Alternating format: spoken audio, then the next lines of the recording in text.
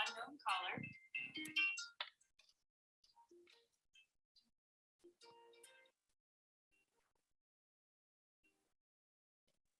Hello?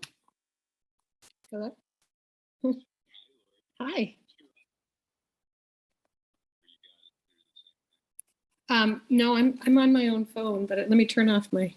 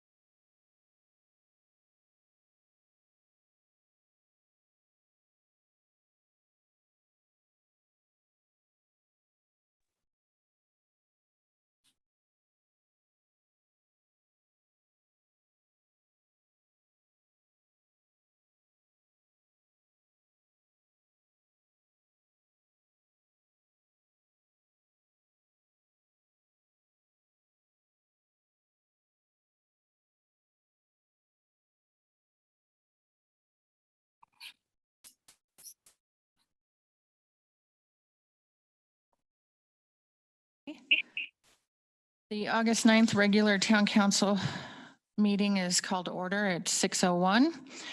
Mayor Mark Sukup. Here. Mayor Pro Tem Brett Hansen. Here. Councilmember Lisa Lake. Here. Councilmember Robert Oxmacher. Present. Councilmember Luke Wagner. Here.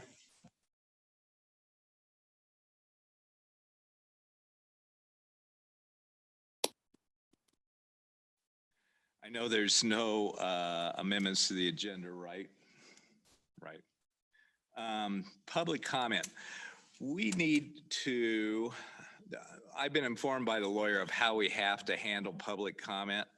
And I think we've been doing it this way all along, but it's probably a good refresher for actually a number of you here that I think may be here for things that are on the agenda. One of the things, if you look at the agenda, there's things that show up in there. You know, there's approval of the minutes, there's approval of the check register. And then the other one is the setting of a public hearing. So those items, for example, on today's is an ordinance amending chapter 16 on the Timnath land use code. That all we're doing is setting up a public hearing for 2 weeks from now. So that public hearing, so if you want to make public hearings on that, it needs to happen 2 weeks from now. And I'm going to let Lori Graham, sort of go through the basics of it, because I think there's a little confusion and make sure both the council and the public understand it. So Lori, are you on? I sure am. Good evening, everyone. My name is Lori Graham, and I'm the town attorney for Timnath. And the mayor hit it pretty well. You don't take public comment on things that are just being set for a public hearing. What you want to do is have all the comments during the public hearing so the council can hear everybody's comments at once. And we don't forget, 2 weeks later what somebody else said. It just makes things more organized. So I hope that's not too problematic for you. I really appreciate you coming out, but that's kind of the way we do it. So thank you very much. Great. So anybody that did come solely for that, please come back 2 weeks from now. We want to hear your comments. There's no question about it, but we got to actually follow the procedures or somebody can get a little bit mad at us. So at this moment, if there is somebody, now if, just going on public comment again, and Laura, you correct me if I'm wrong, if you'd like to make a comment on something that is not on the agenda, either consent, period, consent or otherwise, if it's not on there, but you want to make a comment, now's the time to do it. And so do you want to ferret that out? I will go through my list and see who wants to speak. Randall Black. Okay. Laura Olive.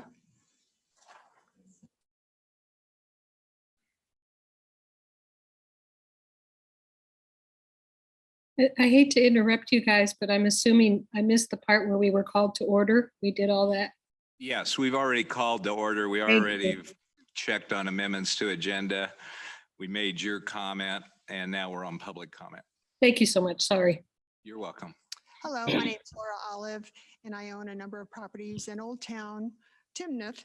And I understand there was an engineering report ordered back in March of this year for the firehouse in Old Town.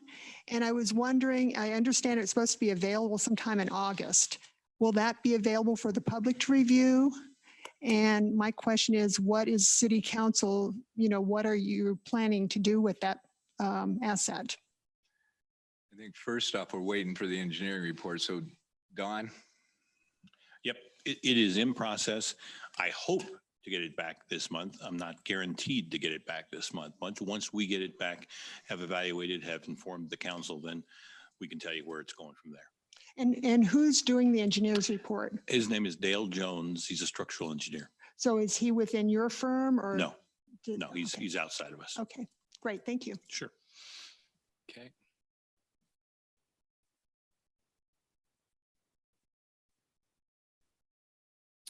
Brian Kurth. Hey, everybody. Hi, Brian. My name is Brian Kurth, and as a citizen of Old Town Timnath, Can you give your address? 4029 Kern Street. Thank you. Wonderful house built by the folks from Mountain Standard Homes.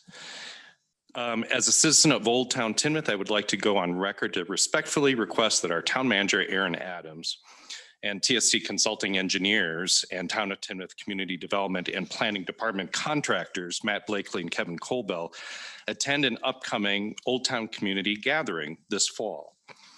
Our growing Old Town community would like to partner to create a strategy to rejuvenate Old Town per the 2020 Town of Timnath Comprehensive Plan, including incentives to Old Town property owners and prospective developers for the Artisan Village as described in the 2020 comp plan.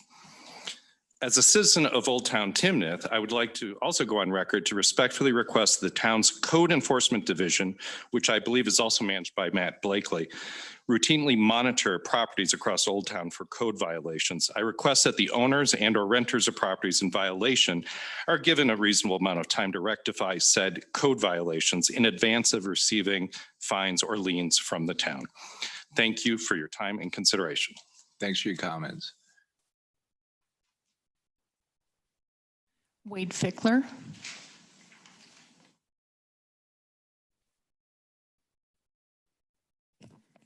Good evening. My name is Wade Fickler, and I also reside at 4029 Kern Street in Old Town Timnath. Old Town Timnath is alive with civic energy and public interest. Many new residents are making Timnath their home because of the scale of Old Town and the promise of Timnath's comprehensive plan adopted in 2020. Newcomers such as myself and longtime residents are forming friendships and finding common cause in shaping the future of Timnath. As Timnath grows and diversifies in population, building civic infrastructure is every bit as essential as building physical infrastructure. I believe civic infrastructure is largely the responsibility of the citizenry, and building it is exactly what a group of Timnath residents are trying to do. More than 40 residents and business owners came together last month to discuss three overarching objectives. One, creating a voice for Old Town residents and business owners. Two, establishing a forum to share ideas and build community. And three, catalyzing development in Old Town in accordance with the comprehensive plan. As elected officials, I would have expected all of this to be music to your ears, but instead some of you see it as a threat, and I do not understand why. Government works as it should only when citizens and the people they elect to represent them are part of a mutually beneficial, self-reinforcing cycle of trust, transparency, and accountability. Sadly, the relationship between the town of Timnath and many of its residents is not healthy. Trust is broken and concerns about self-dealing and cronyism are rampant and have been for years. So long, in fact, I'm convinced these concerns will only intensify until they are disproven. Despite the current state of affairs, I am optimistic. There are enough friends of Old Town who want to repair this relationship, engage in a productive partnership to fulfill the town's promise and its comprehensive plan. Mr. Mayor, your constituents want to know why you won't meet with us in Old Town. Why do you think we are out to get you? I do not understand. Council members, how much time do you spend in Old Town? What steps have you taken to understand the needs, desires, and concerns of Old Town residents and business owners? What will it take for you to pay attention to the historic heart of this community? Mr. Mayor and council members, you may not think Old Town is special, but you are wrong. Communities are only as healthy as their core, which means Old Town is more than special. We think it's essential. And I'll leave you with that reminder. Thank you. Okay, thank you. Becca Bay.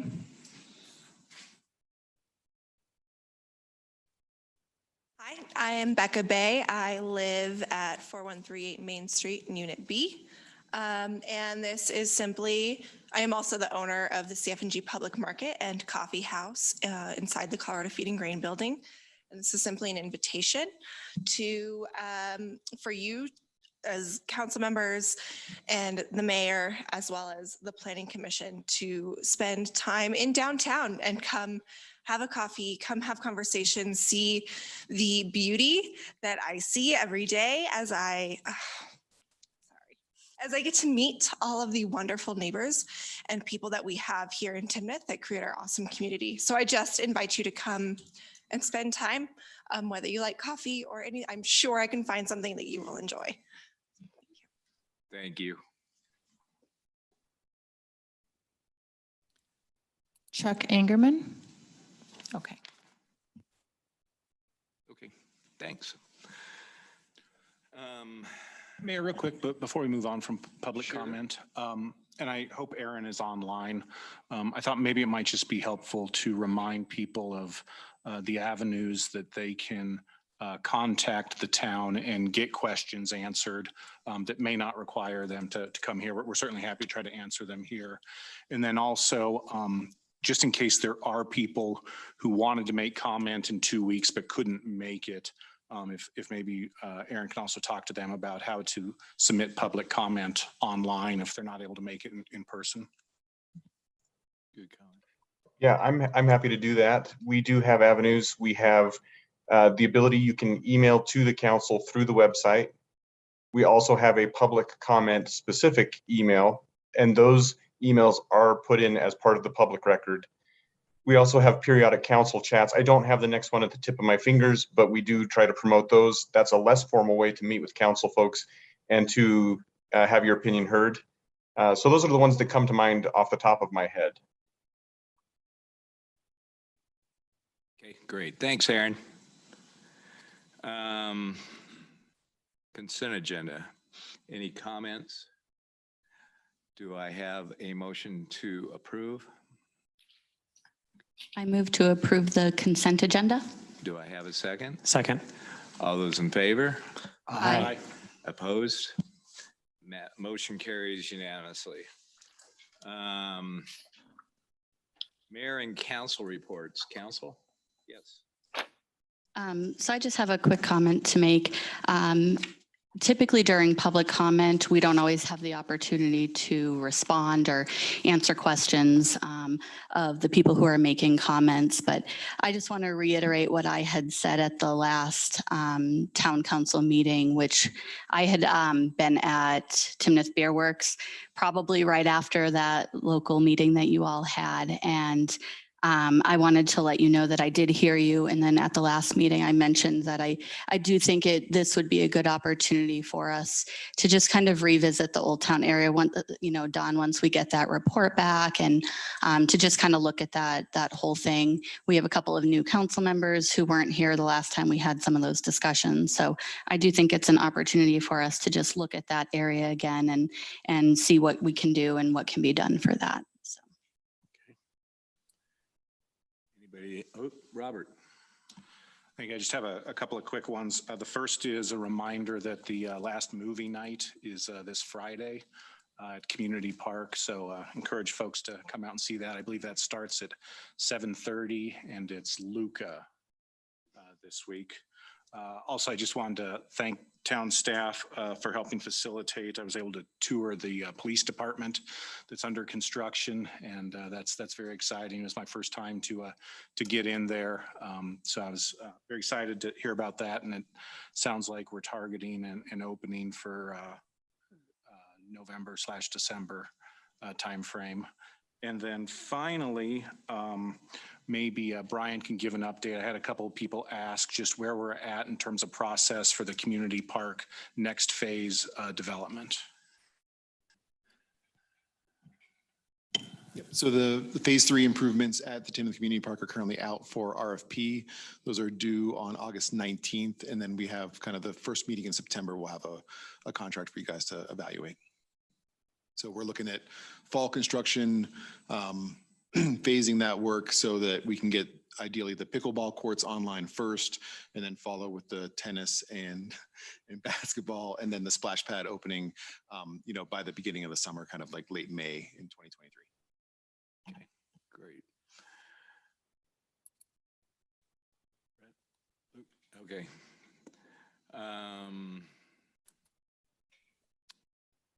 Resolution number 40, Series 2022, resolution initiating annexation proceedings for property known as Osher Annexation and giving notice of a public hearing on September 27, 2002. Thank you, Mayor. This is what we've kind of done in the past. This is just the initial annexation thumbs up that this annexation meets substantial compliance for contiguity. This is for what's known as the Oshner property. It's at basically the dead end of 3 Bell Parkway. If you take that all the way south where it dead ends into a farm, that's where this property is generally located. So yeah, this is just the first step for the annexation proceedings that this meets contiguity and requirements to be eligible for annexation.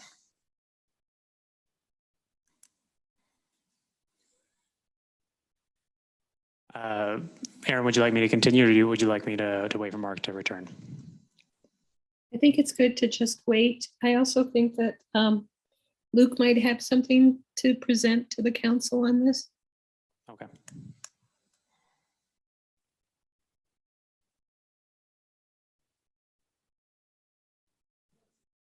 Or I can go, Luke, if you want. Yeah, if you want to go ahead, that'd be awesome.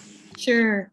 Luke called me earlier today because he serves on a board with someone who is one of the parties of the developer on this particular matter. And he asked me if he had to recuse himself. And I said, since he did not have a substantial financial gain, it was unnecessary. You can vote on matters when you know the parties, it's all right. So that was all he wanted me to inform the council about. All right, good. We don't need to vote for that, do we? Lori? No, you do not. Yeah, It's really just not. information, info only, right? Correct. Okay. Thank you. Mm-hmm. Go ahead. What are we? Did you already do your presentation? You guys are fast. Any comments? Okay.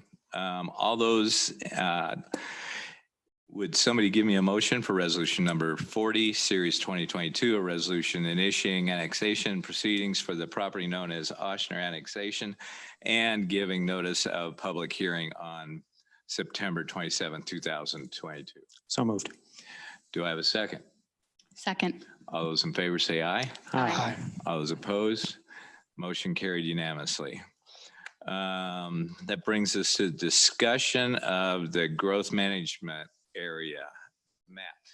Thank you, Mayor. I'm actually going to have, Kevin's got all the exhibits and the data, so he's going to do the bulk of the presentation. I'll be available for questions. But this is a discussion only item. We're not looking for a specific action, but we want to give us a direction on how we want to proceed. So Kevin, you ready? Technology wants to work with me. What should do?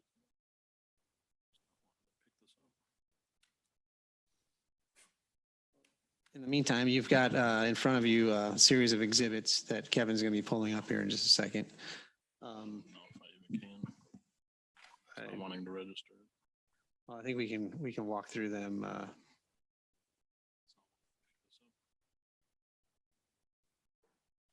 Is it plugged in on this other end?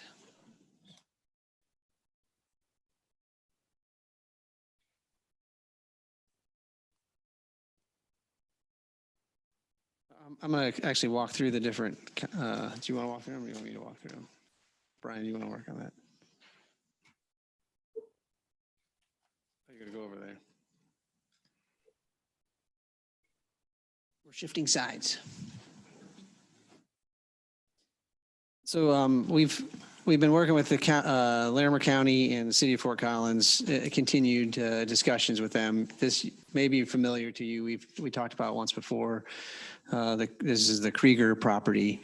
The property owner has property both in the City of Fort Collins as well as in the county. The portion that's in the county is in our GMA growth management area boundary. The property owner wants to build a solar farm on all of their property, but since they're split in terms of who's got jurisdiction, there's been a lot of discussion back and forth between the different entities as to who should take the lead on this. So since it's in the City of Fort Collins, they could take the lead on it, and but the portion that's in the county, it causes a conflict with the different regulations. So the county is looking for somebody to be spearheading it. Since it's in our GMA, we have the challenge of who really should be, because that portion would ultimately annex to Timnath. So the split of, and it's a very odd shaped parcel. The parcel zigs and zags. I mean, literally it kind of takes a bunch of dog legs in it. And it's sort of surrounded by the GMA county portion. Are you? All right. So we've laid out a series of different alternatives, and that's, so to bring more clarity to this, the property owner is really trying to press forward with an approach here. And so we've laid out 3 alternatives so that we can get kind of feedback on what each of those 3 alternatives are. And I'll let Kevin present the alternatives. Yep. So within what I've given you, there's one that's called Scenario 1. So Scenario 1 is essentially. Time out, Kevin. Yep. So where do you guys see Scenario? It's in what I, yeah. Oh, so it's not. Yep. All right. So Scenario 1 is essentially kind of what we had talked about the first go around with this, where the property or the properties that are in our GMA just to the west of the commercial mixed use west of County Road 5 there at Vine. We would remove that area from our GMA to then have that be included in Fort Collins GMA to then allow this property to develop within the City of Fort Collins and go through their standards. All of that area that we would have removed is rural residential. So we're talking up to maybe one unit per acre density. Right now, a lot of those are existing residences. So large lot not large lot developments, but just large lot single family homes. So that is option A, which would be to remove that from our GMA to allow it to then go into Fort Collins GMA. So is that the triangle? I'm trying to figure out what's getting removed. Everything that's shaded in gray there, Mark. Gray? Yeah, everything shaded within gray is what would be removed from our GMA and then added into the city of Fort Collins GMA. So then scenario 2 would be the exact opposite, would be where we would talk with Fort Collins and that property owner to disconnect the existing annexed property to Fort Collins to then bring it into the town GMA for then them to annex to the town and then develop with us. That scenario there would require a 1 mile annexation of up County Road 5, parts of Mulberry, and then Vine. That exhibit showing what the annexation would be is the last sheet that I've given you. But that is what scenario 2 or option 2 would essentially provide, is that we would end up taking on all of that responsibility of road and then have the solar farm potentially develop within Timnath. The third option is just keeping status quo. From that standpoint, we keep our GMA boundary the same, Fort Collins keeps theirs the same. And then this property owner potentially would have to either de-annex from Fort Collins and go into their standards. And then we've got potentially 3 jurisdictions involved, potentially 2 jurisdictions involved for the development of the property. It just creates a giant chaotic mess in terms of trying to figure out how this property develops from that standpoint. So just wanted to give you guys a little bit more information from that standpoint to have a little bit further discussion, just because we kind of need to figure out with this unique situation what direction you all as council are wanting to go from that standpoint. If we're willing to give up some rural residential potential land to Fort Collins, or if we want to try and take on the annexation of roughly 2.5, 3 miles of road. So you keep saying rural residential, but they're going to put in a solar farm there. That's what our designation for it is. That's at this point, it's rural residential. But Fort Collins would put a different designation to it if they develop within Fort Collins. And my guess is the use tax on a solar farm is significant. So I kind of went through a little bit on that. So roughly the property minus the area that the house is about 61 acres. From what I've found, you need about 9 acres to produce a megawatt. And then, so that would roughly provide 7 megawatts of production on a solar farm. And what I've found is that it's about $1 million per megawatt for construction of a solar farm. And then, so at $7 million at 3% use tax, it would only provide about $105,000 in use tax to the town.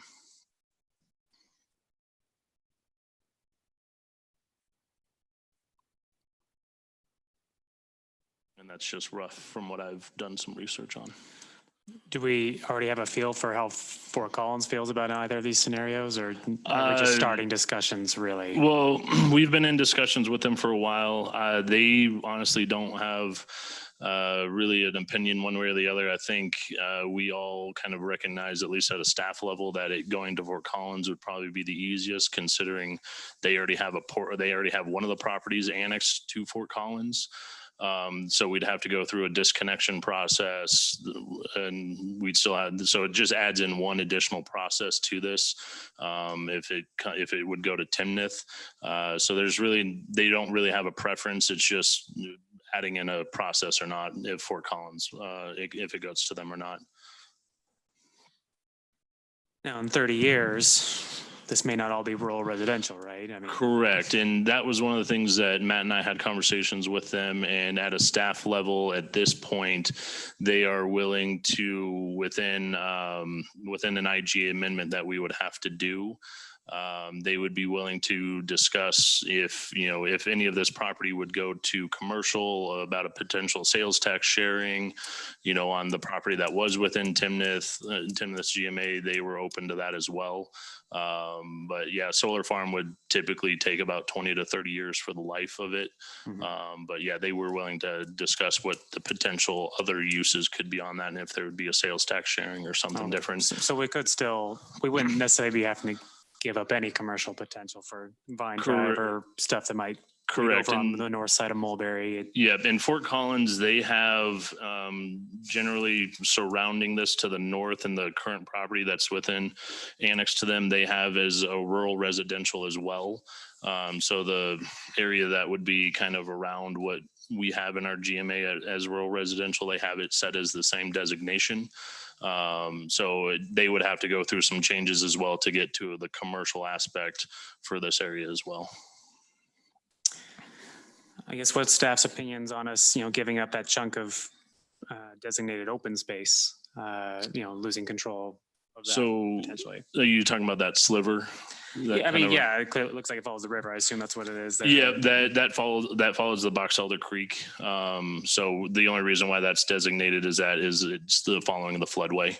Okay. It's not an actual, set for a park or anything like that. It's just we have that set as the open space because it follows the floodway of the river. I think last time we talked about this, we mentioned trying to give us some idea from how much it would cost to maintain these roads, build these roads. Yep. Do we have any of that? So I've got that as well. So we talked with the county, and the county has, and this is a rough average across all of county roads, not specifically to this. They depends on the condition of the road, but they have about an average of $12,000 per mile for gravel road maintaining. We reached out to one of the contractors that we have worked with in the past. They would, for a one-time regrade of a mile road, it'd be $30,000. Remind me how many miles we're talking about? Of gravel, 1 mile. So the portion between Mulberry and Vine is the only portion that's gravel right now. Okay. So that 1 mile. If we were to upgrade this to a chip sealed road, that would be roughly $300,000. And then if we did a 3-inch asphalt overlay, that'd be roughly $800,000. And then if we upgraded that to an ultimate 2-lane road, we'd be about $2.2 million. So there's no short-term financial benefit for the town hanging on to this. Really what we're looking for is if there's a long-term potential for the land, if we're just looking at the financial part of it. Correct. That's new to me that this is an option that we could still kind of have a foot in the door on that. Yep. It makes me more amenable to letting Fort Collins have it in scenario 1 there than I would have been previously. Could we enter into a contract with Fort Collins to agree that we would split 50-50, let's just say, the sales tax generated from the land that we're giving up, and I'd say in perpetuity? Yeah, that was one of the things that we had talked about them with, because we'd have to do an IGA amendment with Fort Collins for this. And that was one of the things that at their staff level right now, they said they'd be willing to have those discussions about doing, if any of the property that was in our GMA turned to commercial, and then started generating sales tax, that they'd be willing to have that language in there for a 50-50 split. But that was only at their staff level. We'd have to go further, but that was something that they said could be on the table. And so that's the thing that concerns me, is somebody looking at us 15, 20 years from now saying, what were they thinking? This is valuable land. Somebody comes in and puts in a manufacturing facility in there, and it's got lots of equipment and lots of employment possibilities, that we gave it up. And it doesn't take long. I mean, I was raised in Fort Collins. We were right by 2 dirt roads, LeMay and Prospect. you know, they filled in real quick, and there's a lot of commercial in there, and there's a lot of residential that went in there. So I hate giving up something that we have that has a value attached to it for really nothing. And if they were willing to share a sales tax with me, then that concern of mine, it goes away. Yep. At the staff level, they'd be willing to do that. So, I mean, my thoughts, everybody else can pop in here in a second, is that we ask for, and I'd start at 50%, 50-50, and share 50% of the sales tax with us that comes from the generation of that land,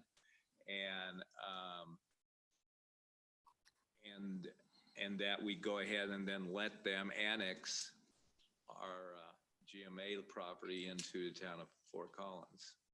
That's my thoughts. Luke? So we don't have currently in the budget to do the roads, right? So would we have to add that to next year's budget, or is that something we'd have to consider for the next coming year? Yes, it would. You know, any roads that we annex, you know, we'd have to put it into our maintenance program, and these would be no different. So it'd be a functional reduction of another project to fit that into the budget. Is that correct? I don't know that. Yeah, it just would be a relook at the budget for 23. Let's just assume it happened this year. Yeah. Okay. I think this is a 3 or 4 year down the road project, isn't it? I think so, but Yeah. I wouldn't think, you know, Kevin, when would they want to annex? Would it be something that would happen next 6 months? I don't think it'd be the next 6 months, but probably annexation proceedings could start in the next year. Okay, so the earliest budget that we'd have to deal with is 24. Potentially, yeah. And does the landowner have a preference? I know we kind of asked this. Have you had any updates on that? No, landowner does not have a preference. It's kind of, yeah, I think they've acquired kind of the additional properties over time, which is why we have this little conundrum. They don't really have a preference. They're just looking to understand whose jurisdiction they're going to end up having to work with. Just because, yeah, we've got the split. They don't really have one way or the other that they would prefer. So I agree with Mark. I think we should investigate some sort of agreement. I would like to take that route and see how that'd work out. Maybe run some scenarios, right, on what it would look like in the future for us. But I agree, looking down that path. Brett?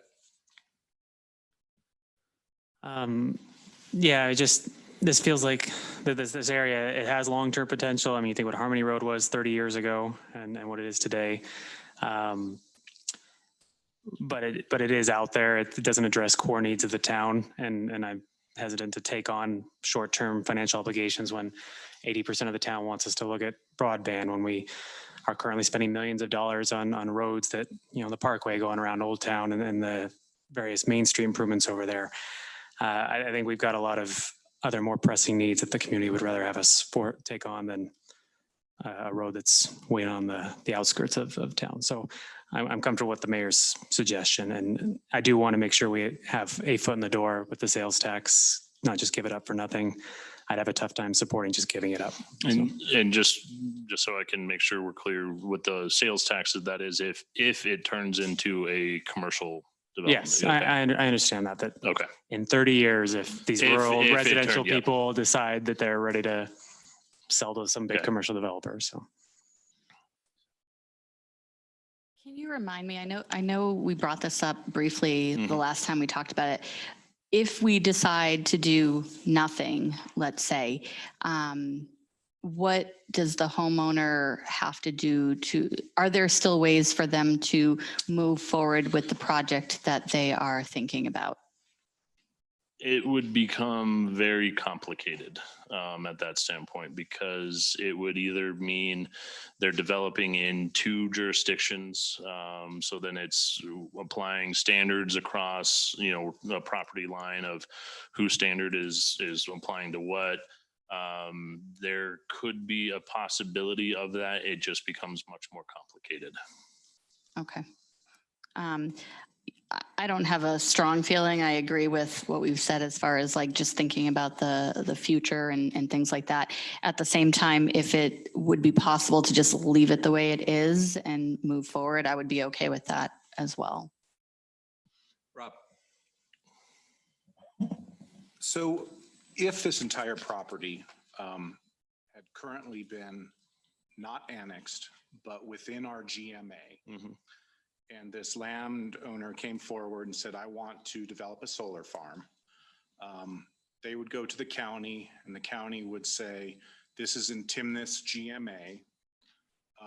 And then it kind of comes to us where we have the choice of either saying, we want you to annex into Timnath, build this under our standards and pay our use tax. Correct. Or the town could say,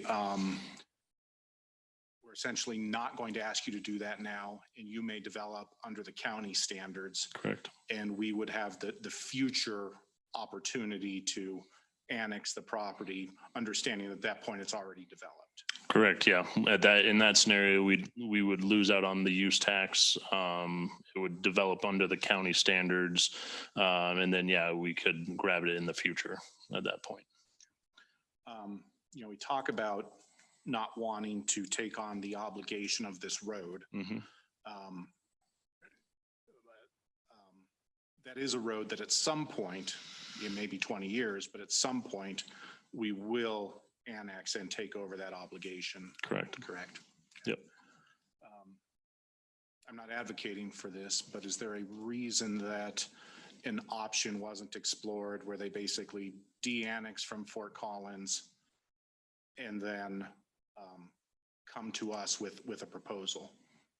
Basically force our hand to either. So the scenario 2 option?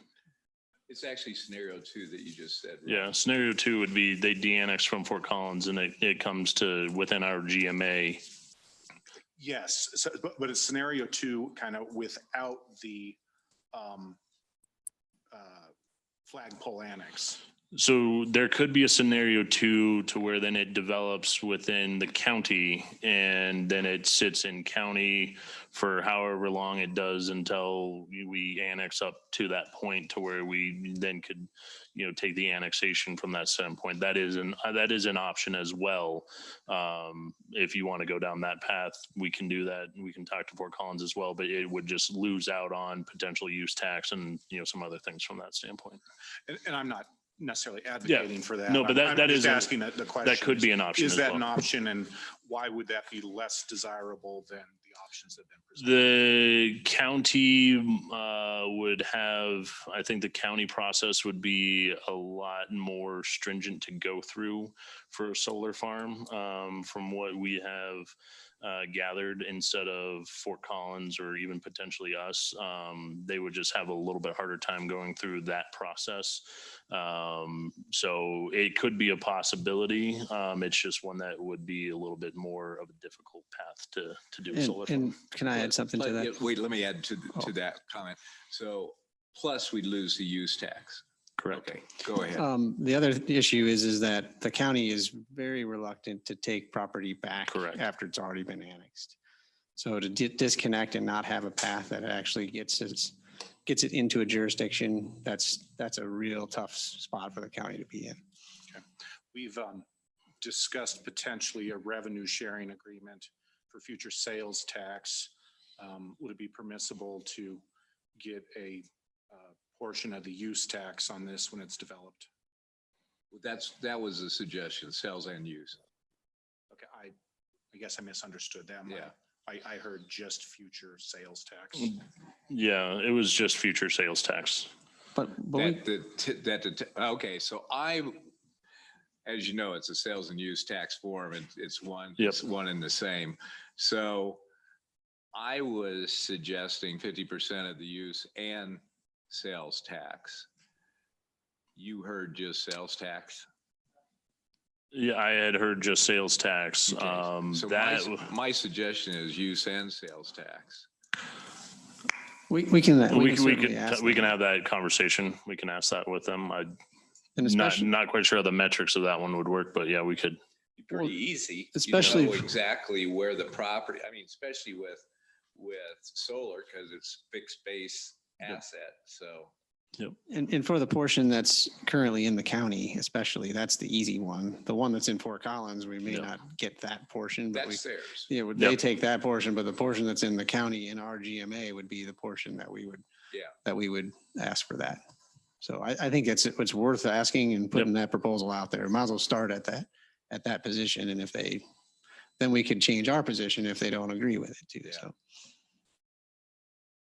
Just one last comment, and again, just something to chew on. 50% is less than 100%. So if we're saying that's our starting point for negotiation, if we hung on to this stuff, and I'm not advocating for it, I'm just making the point that we don't need to give away the farm. The solar farm, that is. I think we can have a very narrow gap between our high and our low. We don't, for me, if we drop much below 50, it'd just be an automatic no. So. Well, and I think that was part of my reasoning for asking about keeping it the way it is and realizing that might be harder on the homeowner to get something like that, but it gives us that option of in the future having 100% of it. So did we give you guidance or not? So just a sec.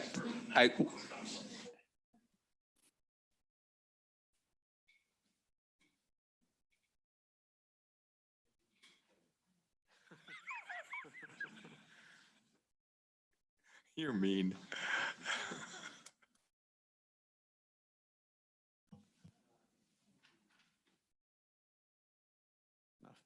We've got enough at this point to go back and talk to them.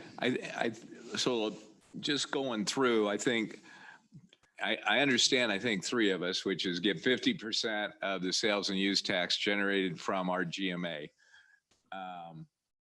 What were you saying? I'm not opposed to that. I was just really looking at keep it, if it was an easy way to keep it the way it is so that we're not making that decision now for 20, 30 years in the future, would probably be my top preference. But I'm open to other things as well. Okay, and Rob? Yeah, and these are similar to some of my comments I made the first time this came around, but we're making a lot of assumptions here. One of the assumptions is that this property does have future commercial value. And so if that assumption is wrong, I think we definitely need to know that. I also want to be cooperative, want to help out the landowner to the extent that we can and be reasonable. But I'm very sensitive to what Brett's saying, and I think this is the mayor's sentiment as well, that we don't want people 25 years from now thinking that we were crazy for having done this. So this feels like something that we're doing that is generous. I just don't want to be too generous, if that makes sense. So I think everybody restated their thoughts, and are you guys good? Okay. Anything else the staff has or questions? Okay. Council, anything? Do I have a motion to adjourn? I move to adjourn. Do I have a second? Second. All those in favor? Aye. Aye. We are adjourned.